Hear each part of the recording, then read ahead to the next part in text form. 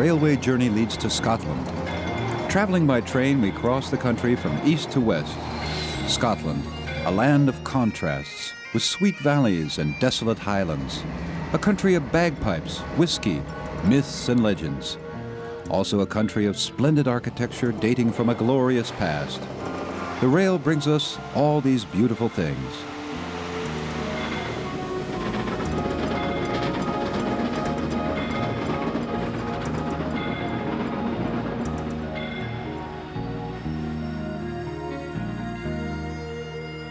Starting from the east, the train crosses the Scottish landscape to arrive at the west coast, the Atlantic.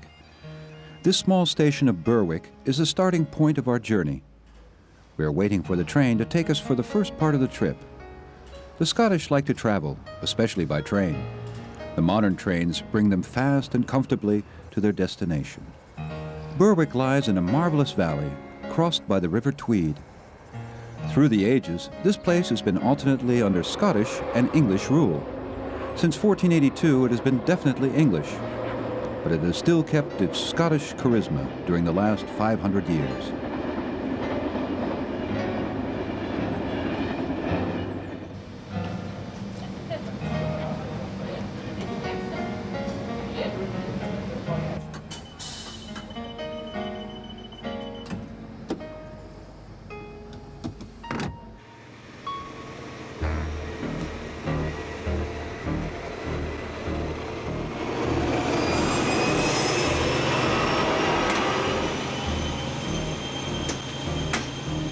As soon as the train has left the station of Berwick, the landscape shows us its beauty.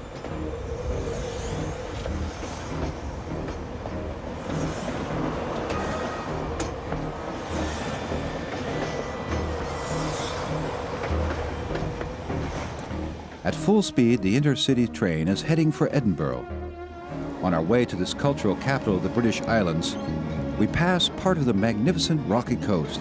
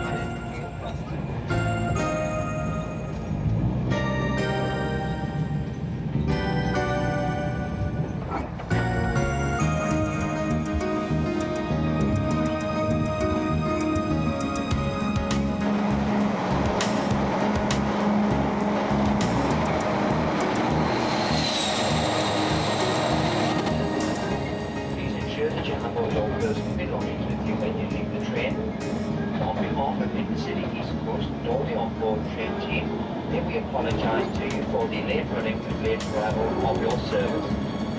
Customers travelling on to Haymarket or Glasgow Queen Street, your service now departs from Edinburgh at 4:30.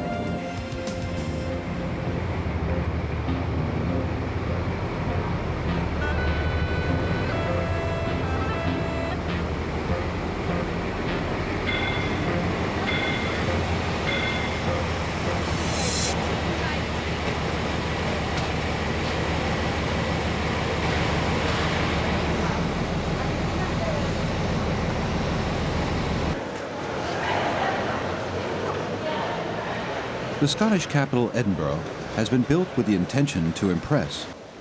This can be noticed on arrival at the beautiful central station. Poets have commended the city for its rich cultural life as the Athens of the North. The often raw weather and the desolate Highlands, however, hardly recall Greek capital. Edinburgh Castle dominates the city, guarding its age-old history. The majestic fortress was built in the 11th century and is situated on top of the steep cliffs of Castle Rock. The culture is also present in the music so popular in this place.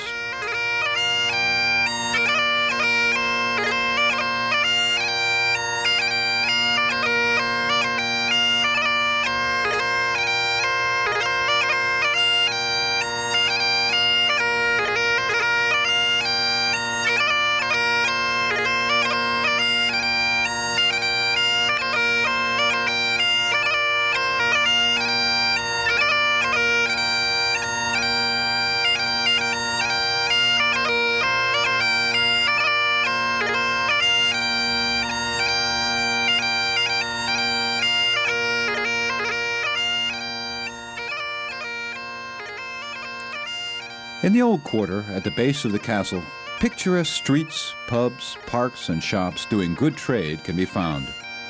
The newer quarter is a good example of 18th century city planning. Magnificent mansions are standing here along broad streets.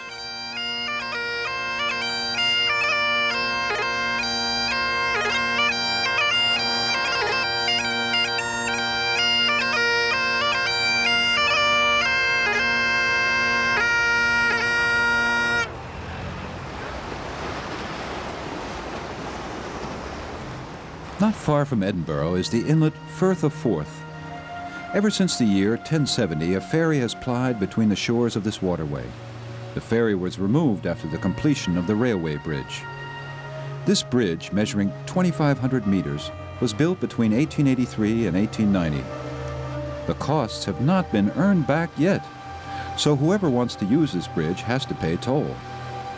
This immense steel colossus incorporates more than 55,000 tons of steel. This steel rests upon concrete piles measuring 3 meters across. The bridge demands major repairs. First, 20 painters are engaged throughout the year.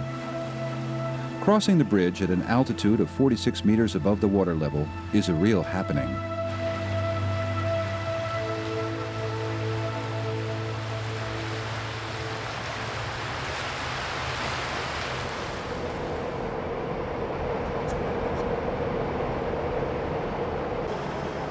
Back to the station at the Scottish capital.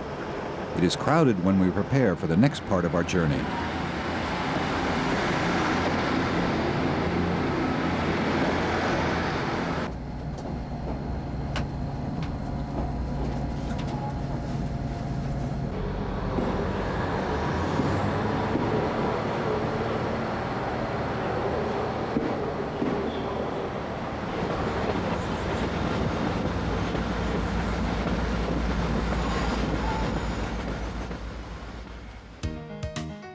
From Edinburgh, we set off for Glasgow, Scotland's second city. The journey leads through the narrowest piece of the country. The landscape here is rather flat, in contrast with most other parts of the country.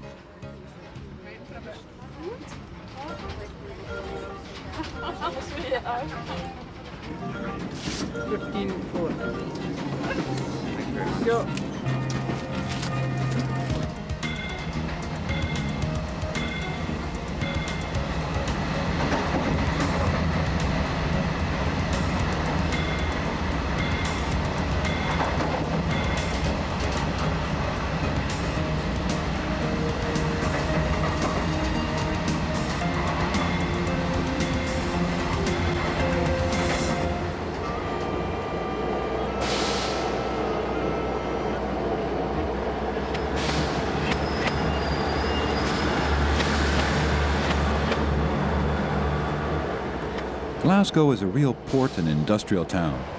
With almost 1 million inhabitants, it's Scotland's biggest city. We arrive at Queen Street Station.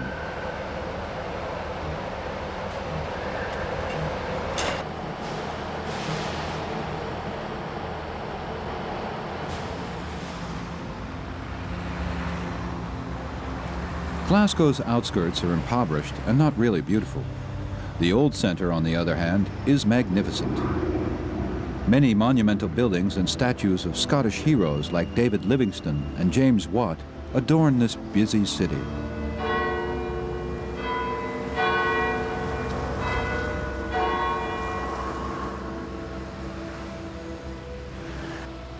George Square is the centre of the town. The most striking building on this square is City Chambers. It was opened in 1888 by Queen Victoria. This beautiful building has marble staircases and pillars made of alabaster.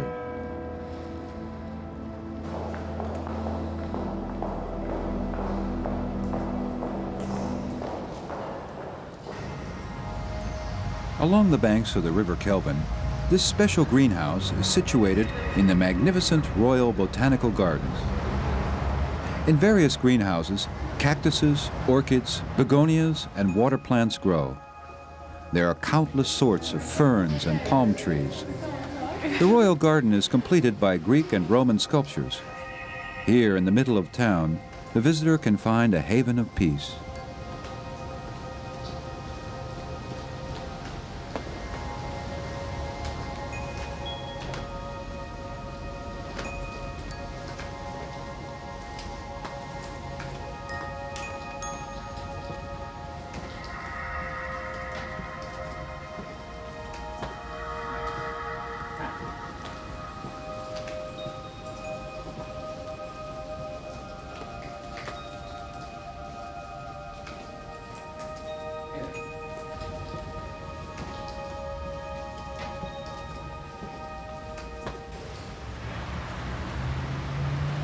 Queen Street Station is one of Glasgow's two main stations.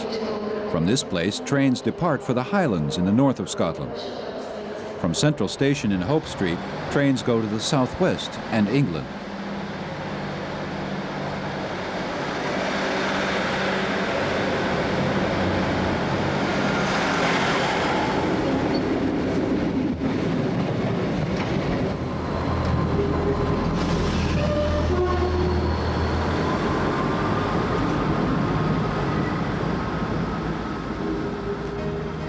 Our train leaves for Fort William in the north, one of Scotland's most popular holiday destinations. Just outside Glasgow, we notice again how green Scotland is. Unfortunately, all this green can only grow if there is enough rain. Rain clouds filling up with water above the Atlantic like to drop their load here. The next hours, we enjoy its magnificent result.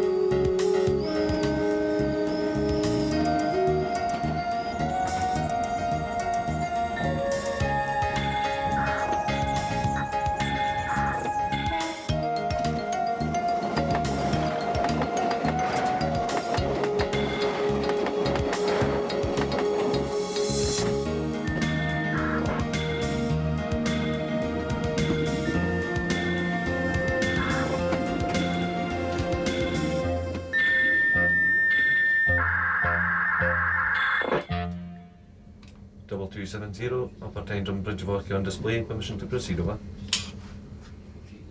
Double 270, permission to proceed from upper time drum to the down double bridge walkie, over. Roger out.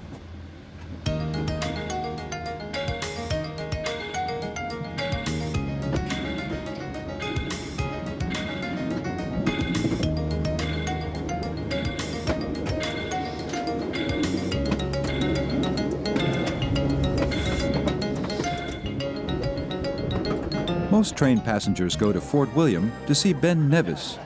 At 1,344 meters, Great Britain's highest mountain. Others travel this way just to do some shopping. We live at Carrower, and we just go to Fort William to get groceries once a week.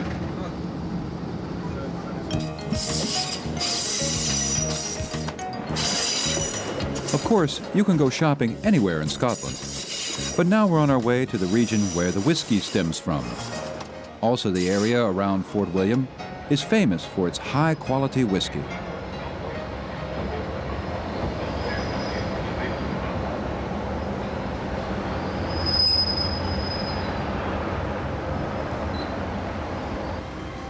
Fort William owes its popularity to the mountain Ben Nevis. Although most visitors pay only attention to the mountains, they pass over the beauty of Glen Nevis. This magnificent glaciated valley lies north of the town. The pure water flowing out of the rocks is the base of the whisky. Well, if we didn't have the waterfall, we just wouldn't be able to make the whisky.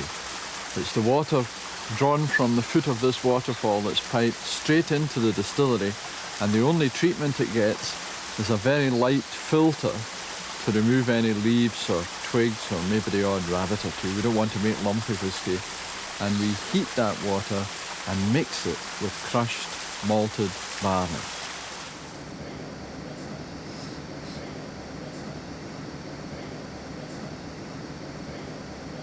The yeast reacts with the sugars from the sweet water and it begins to ferment.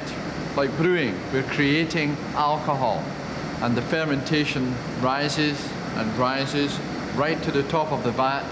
And when the strength of the alcohol reaches 8% alcohol by volume, it kills off the yeast and the fermentation dies back. Well, we call this wash. The wash containing the alcohol is then distilled.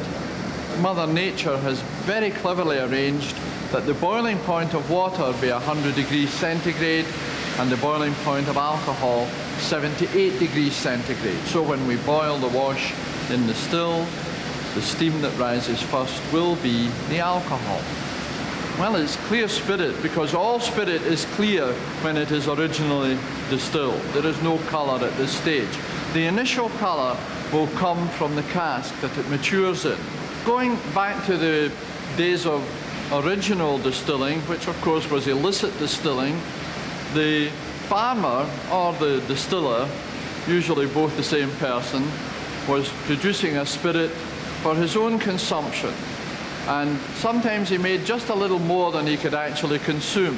So he kept some of it for future. And he found that the longer he kept that spirit, the better it seemed to become, especially if he was keeping it in an old sherry cask. And now, traditionally, Scotch whisky must be matured for at least 3 years and 1 day before it can be legally described as Scotch whisky.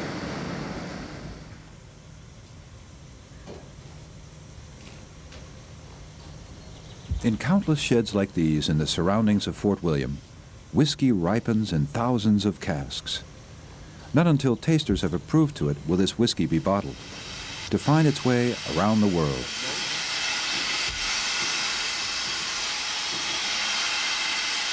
And now back to the railway.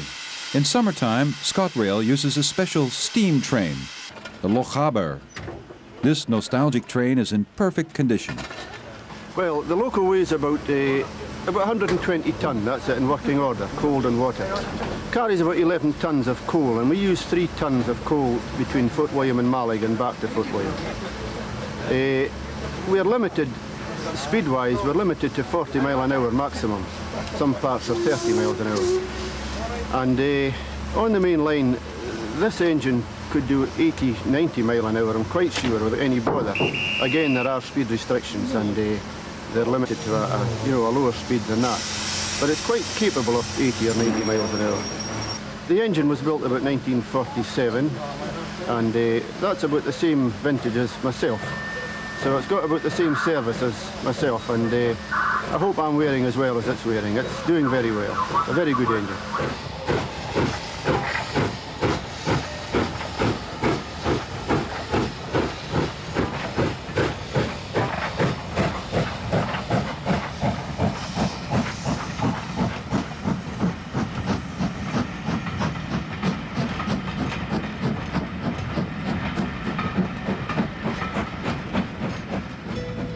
From Fort William, we travel on to the west, through the West Highlands, in the direction of Mallaig.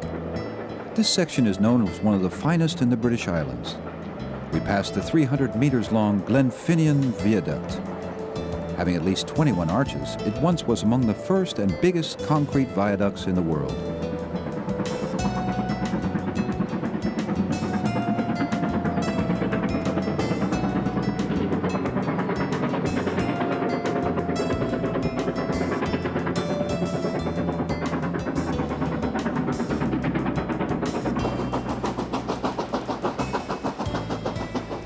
The construction of the 64-kilometer section to Mallaig was very expensive. Sometimes the rail crosses rocks, other times swamps. The constructors must have overcome many difficulties to build the railroad here. This section comprises 11 tunnels, various large viaducts, and steep gradients.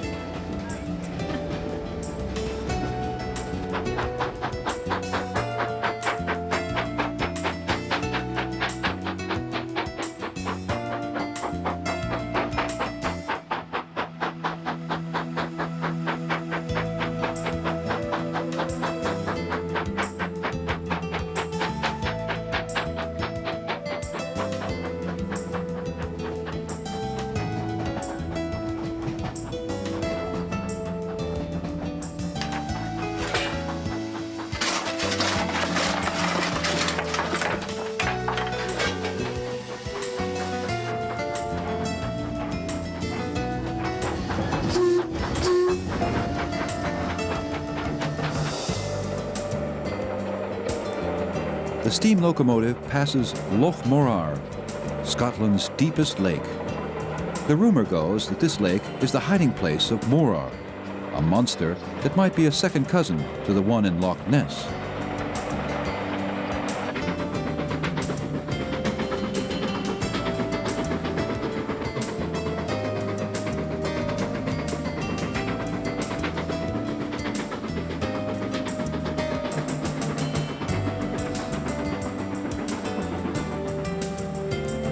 Going down the slopes of the West Highlands, we catch sight of the Atlantic. After this surprising journey, the train arrives at Mallaig.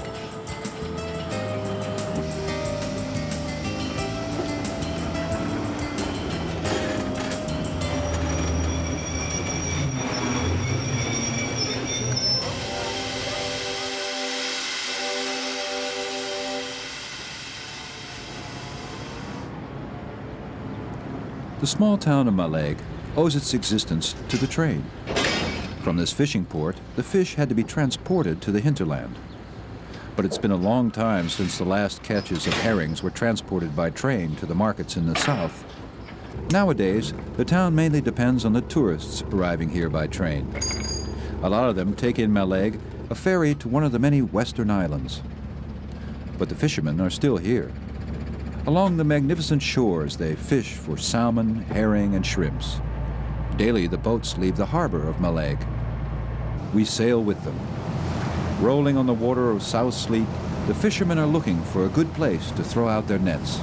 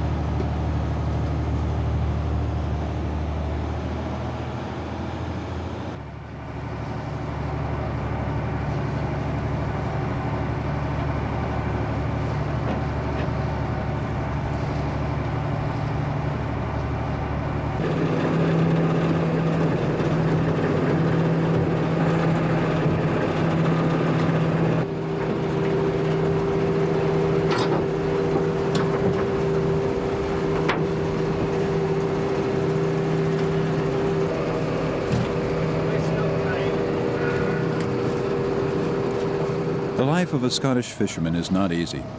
Today the catch is minimal, some herring and shrimps. However, a couple of these catches is enough to make a living.